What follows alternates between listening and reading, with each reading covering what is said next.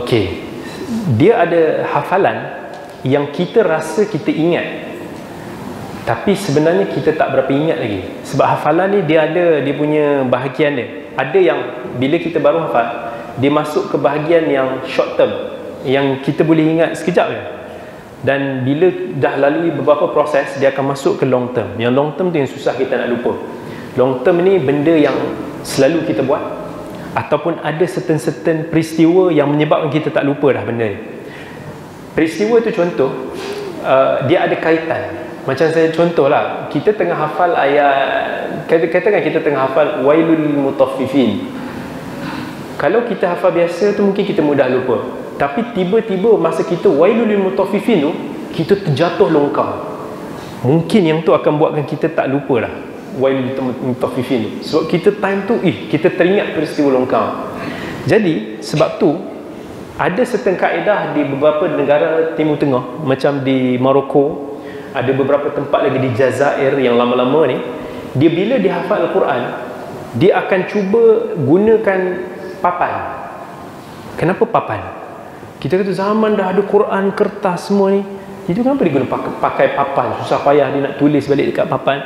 Rupanya dia nak, sebab kita tahu papan bila dipotong, dia punya papan tu bukan semua sama. Papan ni ada yang bengkok, ada papan ini yang crack tengah dia, ada papan ni yang dah hitam sini, ada setiap papan lain gambar dia. Jadi dia akan cuba hafal setiap helaian itu mengikut perbezaan tu. Dia ingat, oh papan yang crack ni ayat ni, dia ingat papan yang dah patah ni ayat ni sampai ayat ni.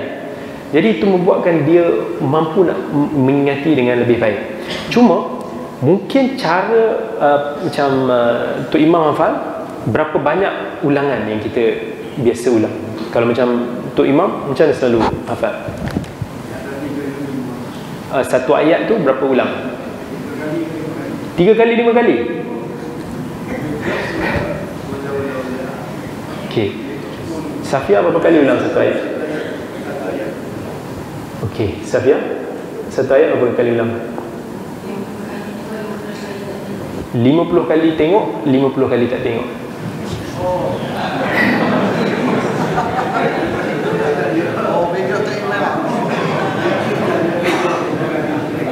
Okey. Okey. Saya prefer masa tengok ni banyak kali. Contohlah 5 kali. Contoh kalau kita baca ayat, katakan alif lam mim dzalikal kitabu la raiba fihi hudal lil muttaqin. Kita tengok mungkin 5 kali kita dah macam bolehlah aku ingat. Sebenarnya masih belum ingat. Macam mana nak bagi ingat? Baca tengok tu katakan 100 kali. Alif lam mim dzalikal kitabu la raiba fihi hudal lil muttaqin. Alif lam mim dzalikal kitabu la raiba fihi hudal lil muttaqin. 10 kali kita baca, kita dah ingat. Tapi ingatan tu tak kuat. Tengok je. Jangan dah ingat tu kita mula minum air ataupun macam tengok je. Zalikal kitabu la raiba fihi hudal lil muttaqin. 50 kali bila kita baca ayat yang sama, kita dah pening. Duk tengok benda yang sama. 70 kali baca, kita dah macam nak muntah. Ayat yang sama je baca kan. Bila kita dah boring baca tu, itu masanya sebenarnya dia dah mula kuat. Sebab benda tu dah macam lali dah. Jadi selagi kita tak boring mengulang tu, kita terus. Habis katakan 50 kali satu ayat, kita tak tengok 50 kali. Zalikal kitabu la raiba fihi hudal lil muttaqin, zalikal kitabu la. Tapi kepala jangan sambil baca tu kita buat main-main ke.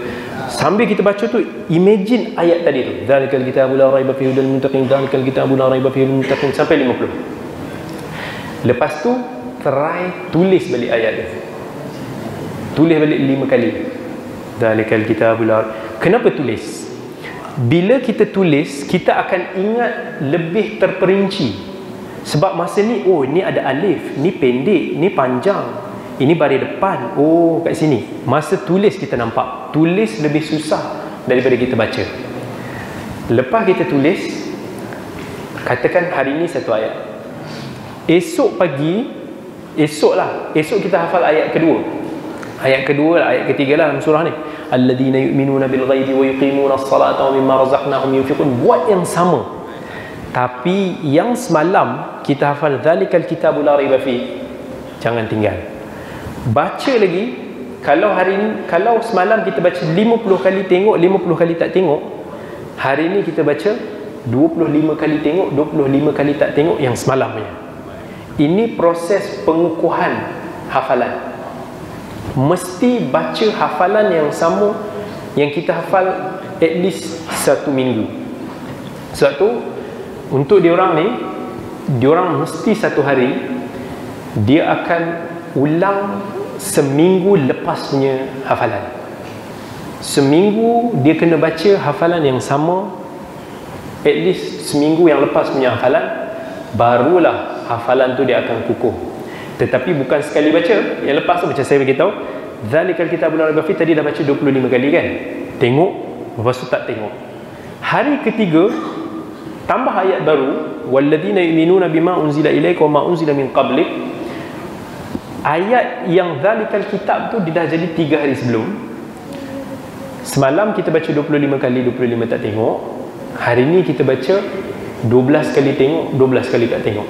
Zalikal kitabul la raiba, ataupun 10 boleh. Zalikal kitabul la raiba fihi hudal lil muttaqin. Zalikal kitab, lepas tu 10 kali lagi tak tengok. Nanti akan esok kurang lagi 5. Kemudian kurang lagi, lebih kurang dalam masa seminggu kita akan baca hafalan ayat yang sama ni banyak kali. Masa tu baru dia akan lebih kukuh. Jadi hafalan, jangan ingat dengan level kita biasa ni, kita sekali baca kita dah boleh ingat dah forever. Dia kena ulang banyak, ulang. Al-Imam Al-Bukhari sendiri kata, masa dia mula-mula hafal hadis, dia akan sentiasa mengulang, akan sentiasa ulang kaji, sampai satu level yang bila kita dah berkembang, kita dah boleh tangkap, dah biasa menghafal, masa tu baru kita akan rasa lebih mudah mengingat dan menghafal hafalan yang baru, insya-Allah.